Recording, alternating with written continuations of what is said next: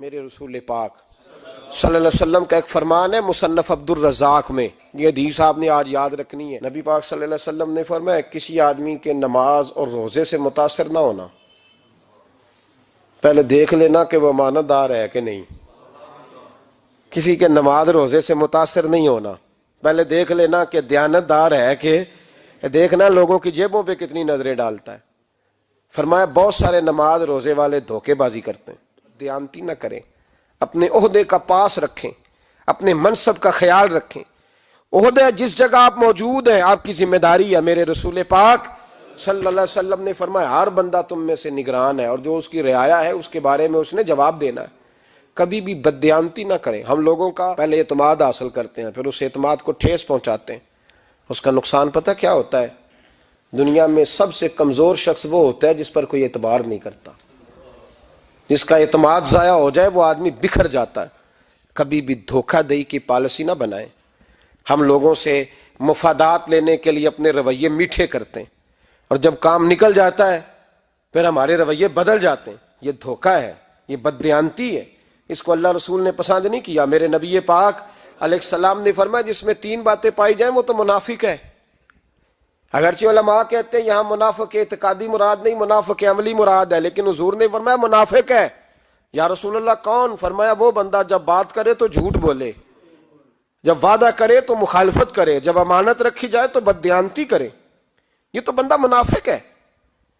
حضرت ابو نور علیہ رحمہ نے لکھا ہے، فرماتے ہیں محمود غزنوی کا دور تھا تو ایک آدمی محمود غزنوی کے پاس نا اپنا کیس لے کے آیا، مدعی بن کے آیا۔ اس نے کہا بادشاہ میرا کیس بڑا نرالا ہے۔ بادشاہ سلامت نے کہا وہ کس طرح؟ کہنے لگا یہ میرے پاس ایک تھیلی ہے، میں نہ سفر پہ جانے لگا تو یہ تھیلی پوری ہیروں کی بھری ہوئی تھی۔ فلاں علاقے کے جو قاضی صاحب ہیں نا، میں جاتی دفعہ میں کہیں سفر پہ جا رہا تھا تو میں ان کے پاس چھوڑ گیا کہ رستہ لمبا ہے، کہیں کوئی مجھ سے چھین نہ لے، ہیروں کی بھری ہوئی تھی۔ کچھ دنوں کے بعد میں واپس آیا ہوں، قاضی صاحب نے مجھے تھیلی واپس کی ہے تو اس میں ہیروں کی بجائے کھوٹے سکے نکلے ہیں۔ اب میں نے قاضی صاحب سے کہا ہے تو قاضی صاحب تو میرے گریبان تک آتے ہیں، وہ کہتے ہیں بتا کہیں سے پھٹی ہے، کھلی ہے؟ وہ جس طرح ٹانکے لگا کے تو نے سی تھی اسی طرح لگے ہوئے ہیں کہ نہیں؟ تو حضور لگے بھی بالکل اسی طرح ہے، نہ پھٹی ہے نہ کھلی ہے۔ اب میں لٹ گیا ہوں، میری کل عمر کی کمائی ضائع ہو گئی، کھوٹے سکے کہاں اور ہیرے کہاں؟ تو مہربانی کریں، اور آپ کی بارگاہ میں اللہ رسول کے نام پر حلف دیتا ہوں کہ میں ہوں بالکل سچا۔ محمود غزنوی کہنے لگے تو جا، تھیلی چھوڑ جا، اور جب میں تجھے بلاؤں گا پھر دوبارہ آنا۔ وہ شخص چلا گیا۔ محمود غزنوی اٹھے، دربار برخاست کیا، لوگوں سے کہنے لگے چلے جاؤ میں 3 دن کے لیے سیر کرنے جا رہا ہوں، 3 دن کے بعد لوٹوں گا۔ اکیلے جب رہ گئے نا محمود دربار میں تو محبوب نے چھری منگائی۔ وہ جس تخت پہ بیٹھتے تھے وہاں گدا بچھا ہوا تھا، یہ گدا پڑا ہے نا، وہ گدا بچھا ہوا تھا۔ محمود نے چھری کے ساتھ اس کو پھاڑ ڈالا اور چھری جیب میں رکھی نکل گئے۔ کہنے لگے میرے بعد کوئی میرے دربار والے احاطے میں داخل نہ ہو۔ محمود چلے گئے۔ اب وہ صفائی کرنے والا جب آیا نا، اس نے آ کے دیکھا تو گدا تو پھٹا ہوا ہے۔ اس نے شور ڈال دیا، پہرے دار بھی آ گئے، فلاں صاحب بھی آ گئے، فلاں صاحب۔ اس نے کہا او خدا کے بندو، اس کا گدا پھٹ گیا ہے، وہ تو مار ڈالے گا۔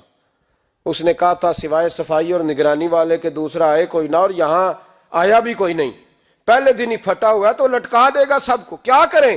شور ہو گیا، سارے دربار کے ملازمین اکٹھے ہو گئے۔ ایک بندہ بولا، کہنے لگا فکر نہ کرو، میں کیسے بندے کو جانتا ہوں، اس طرح سیے گا کہ جس نے پھاڑا ہوگا اسے بھی پتہ نہیں چلے گا کہاں سے پھٹا تھا، ایسا بہترین رفو کرے گا کہ پتہ بھی۔ اس نے کہا یار ہم سارے 1 مہینے کی تنخواہ دیتے ہیں، تو بندہ بلا۔ وہ بلا لیا اس کو، اس کا نام محمد رفو گر تھا۔ وہ آیا، اس کو گدا دکھایا، اس کا یار اس طرح سینا پتہ نہ چلے۔ اس نے کہا فکر ہی نہ کرو، میں بڑا کاریگر ہوں۔ بڑے بڑے کاریگر لوگ نہیں ہمارے ملک میں پائے جاتے، کوئی نشان چھوڑتے ہیں پیچھے؟ بڑے کاریگر کا پیسے ہونے چاہیے، بڑے بڑے کاریگر بندے۔ آپ یقین کریں ایسا فلسفہ، یہ عمرہ عبادت ہے نا، سرکار دو عالم صلی اللہ علیہ وسلم کی بارگاہ کی حاضری بڑی نعمت ہے نا۔ تو سعودی گورنمنٹ نے پابندی لگا دی، خیر ان کی بھی زیادتی ہے، اس طرح کی پابندیاں شریعت اسلامیہ میں جائز نہیں۔ اللہ کے گھر مسلمان جب چاہے جا سکتا ہے، لیکن وہ کہتے ہیں جی 2000 ریال دے جس نے 2 سال بعد بھی آنا ہے۔ انہوں نے پابندی لگائی تو ہمارے ایجنٹوں نے بھی کئی خاص ٹریننگ حاصل کی ہوئی ہے، پتہ نہیں کہاں سے سیکھ کے آئے، انہوں نے بھی رستہ نکال لیا۔ ایک صاحب سے میں نے کہا کہ جناب وہ 2000 ریال لگ گیا تو کیا کرنا ہے؟ کہنے کوئی مسئلہ نہیں، پاسپورٹ نواں بنوا لو، گنجائش ہے، یعنی ہر شے کا حل ہے۔ وہ میں نے کہا یار اب عمرہ کرنے جاتے وقت بھی بندہ دھوکہ دے کے جائے، اللہ کے گھر جاتے وقت بھی اس طرح کی حرکت کرے، کیا حال ہو گیا؟ ہر چیز کا لوگوں نے حل نکال لیا، ہر چیز کا لوگوں نے سٹائل بنا لی۔ ایسا نہ کریں، یہ درست نہیں۔ احمد رفو گر کہنے لگا اس طرح سیوں گا کہ پھاڑنے والے کو بھی پتہ نہیں، ان کا پیسے لے یار تو سی دے۔ اس نے سی دی، اگلے شام ہی لا کے بچھا دیا گدا۔ تیسرے دن بادشاہ سلامت آئے، آ کے پہلی نظر گدے پہ ڈالی، اس نے بلایا سب ملازمین کو، کہا کس نے سیا ہے؟ کہا جناب کیا ہوا؟ کہا یہ پھٹا ہوا تھا۔ کس نے؟ کہا نہیں پھٹا ہی نہیں۔ وہ کہنے لگے بنو بات، میں خود پھاڑ کے گیا تھا، تو بتاؤ صحیح سیا کس نے ہے؟ کہا جناب آپ پھاڑ کے گئے تھے تو بتایا کیوں نہیں؟ فرمانے لگے اسی لیے تو بتایا نہیں تھا کہ تم خود تحقیق کر لو، بلاؤ بتاؤ سیا کس نے۔ تو بلا لیا، احمد رفو گر آ گیا۔ اس کو جب بلا کے سامنے بادشاہ کھڑا کیا، کہا بھئی تو نے سیا ہے؟ کہنے لگا حضور آپ کے سارے ملازم کٹھے ہو کے آئے تھے، میری غلطی کوئی نہیں۔ کہا نہیں یار تو بڑا کاریگر ہے، میں نے اپنے ہاتھ سے پھاڑا تھا پر مجھے بھی نہیں پتا چل رہا کہاں سے پھٹا تھا۔ اچھا یہ بتا یہ تھیلی جو ہے یہ بھی تو نے سی تھی؟ اس نے کہا جی آپ کے خادم کا ہی کارنامہ ہے، وہ فلانے علاقے کے قاضی صاحب آئے تھے، اس میں سے ہیرے نکال کے تو کھوٹے سکے بھرے تھے، تو مجھے بھی تھوڑا سا حصہ ملا تھا۔ محمود نے سارے گواہ بھی اکٹھے کر لیے، ثبوت بھی اکٹھے کر لیے۔ پھر قاضی کو بلایا، پہلے سارے ثبوت اور گواہ کیس حل کر لیا۔ پھر ہمارے ہاں یہ حال ہوتا ہے کہ مدعی 2-3 ہفتے کے بعد خود ہی ہاتھ باندھ جاتا ہے، کہنا تسی میری جان چھڈو، مجرم پھڑو پاوے نہ پھڑو۔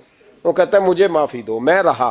ظلم ہے نا، ظلم زیادتی ہے کہ جو بیچارہ اتنے سوال مجرم سے نہیں ہوتے جتنے مدعی سے ہوتے ہیں۔ اب یقین کریں اتنے سوالات ہوتے، بیچارہ ہف جاتا ہے۔ یہ طریقہ درست تو نہیں، ایک لٹ گیا اور دوسرا طرح طرح کے سوالوں کے جواب دیتا پھرے بیچارہ۔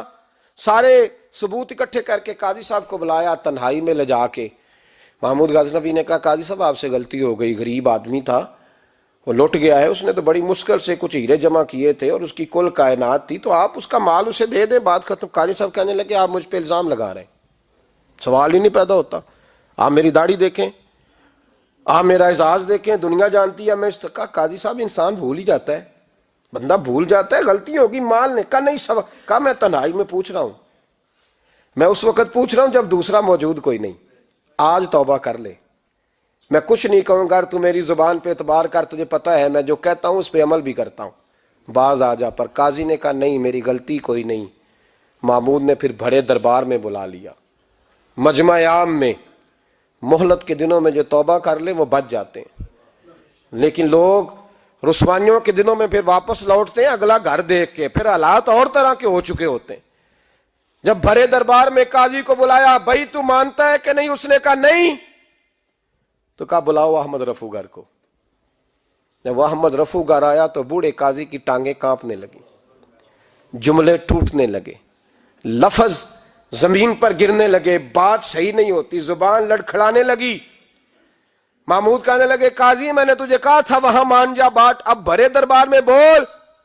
تو جب قاضی صاحب کی گردن خود بخود جھک گئی تو دنیا سمجھ گئی، کہا نکل جا میرے دربار سے۔ محمود بولے نکل جا، اتنی تجھے عزت دی، اتنی بڑی تنخواہ دی، قاضی بنایا، اور یہ تھوڑی سی رقم کے لیے، تھوڑی سی رقم کے لیے تو بددیانت ہو گیا، چل چلا جا، نکل۔ قاضی دربار سے نکلا تو لوگ لعنتیں برسانے لگے۔ کل جو دکانیں چھوڑ کے سلوٹ کرنے آتے تھے وہ کہنے لگے اس کی عمر دیکھو، اس کے کام دیکھو، دیکھو اس نے کیا کیا۔ گھر گیا، بچے جن کے لیے پاپ کمایا تھا، جنہاں لی تو پاپ کمائے ہن کتھے نہیں ہو تیرے کر دے، وہ بچے کہنے لگے ابا جی ہم تو سکول مدرسہ جانے کے قابل نہیں رہے، امید تھی کہ بیوی ساتھ دے گی۔ وہ کہنے لگی میں میکے کیسے جاؤں گی، گلی کی عورتیں طرح طرح کی باتیں بناتی ہیں۔ اور بھائی کامیابیوں کے بڑے سربراہ ہوتے ہیں، کوئی کامیاب ہو جائے تو سارے کہتے ہیں میری سپورٹ سے ہوا ہے، ناکامیاں ہمیشہ یتیم ہوتی ہیں، ناکامیوں کا کوئی سربراہ نہیں ہوتا۔ جب تک تو قاضی تھا تو بڑے بات تھی، ہر بندہ کہتا تھا رشتہ دار ہے، رسوائی ہو گئی تو وہ تیری آنکھ ہو یا سنگ ملامت کی چبھن، کون پہنچا ہے میرے درد کی گہرائی تک، دور شہرت میں تو یاروں نے کیا یاد بہت، ساتھ آیا نہ کوئی کوچے رسوائی تک۔ اور میاں صاحب کہنے لگے ساری عمر ہی آٹا گد ہے، میں لکھاں کیتے نہیں پیڑے، اب وقت آیا ہی تے محمد بخشا کوئی نہیں ہوں بیٹھا نیڑے، حالات ہی بدل گئے۔ قاضی خاموشی سے اندر چلا گیا، اپنی رسوائی سمیٹ کے بستر پہ لیٹا، نہ روٹی کی بھوک لگی، نہ پانی کی پیاس لگی، نہ نیند آئی، ساری رات تڑپتا رہا۔ سویرے گھر والوں نے دروازہ کھولا تو روح پرواز کر گئی تھی، دنیا چھوڑ گیا۔ حضرت ابو نور علیہ رحمہ بولے، فرمانے لگے یاد رکھو کبھی بددیانتی نہ کرنا، کبھی۔ یہ تو محمود غزنوی کی عدالت تھی، قیامت میں رب کریم کی عدالت لگے گی۔ اور فرمایا وہاں تو گواہی دینے والا احمد رفو گر تھا، قیامت میں تو تمہارے اپنے ہاتھ پیر گواہیاں دیں گے، ہمارا اپنا وجود گواہی دے گا۔ اور فرمایا یہاں تو لانتے دنیا دار برساتے تھے، وہاں فرشتے ہوں گے۔ اور قاضی کو تو موت آ گئی تھی، قیامت میں تو دوبارہ موت بھی کوئی نہیں آئے گی، وہاں تو رہنا ہے اور سہنا ہے۔ اتنی بددیانتی معاشرے میں، اتنی بددیانتی ہر جگہ۔ اس معاشرے کا بھی کچھ بنے گا جہاں دوائی بھی خالص نہ ملے، یا دوائی میں بھی بددیانتی ہو۔ لوگ اپنے بچے کو آکسفورڈ یونیورسٹی میں پڑھانے کے لیے غریبوں کے بچوں کے رگوں میں جو دوائی اتارے وہ بھی 2 نمبر۔ اتنا بڑا بھی کو بددیانت معاشرہ ہوتا ہے کہ لوگ یہاں تک دھندا کریں، یہاں تک کہ لوگ لوگوں کی زندگیوں سے کھیل جائیں، اور ہمیں احساس تک نہ ہو کہ کوئی مر جائے گا، کوئی ڈوب جائے گا، کیا بنے گا۔ اور جس نے وہ اپنی رجسٹر کی دوائی کی، اس نے 2-4 لاکھ روپیہ لیا، اور اس نے یہ نہیں سوچا کتنے انسان میری وجہ سے مریں گے۔ قتل صرف یہ تو نہیں ہوتا گولی مار کے مار دینا، لوگوں کی زندگیوں سے لوگ کھیل جاتے ہیں، لوگ تباہی کر جاتے ہیں، لیکن بددیانتی سے باز نہیں آتے۔ میرے رسول پاک علیہ السلام کے غلاموں، نبی پاک صلی اللہ علیہ وسلم نے ذرا سی بددیانتی، اور صحابہ کا یہ مزاج تھا، اتنی سی بھی کبھی ان سے غلطی ہوتی تو تڑپ جاتی۔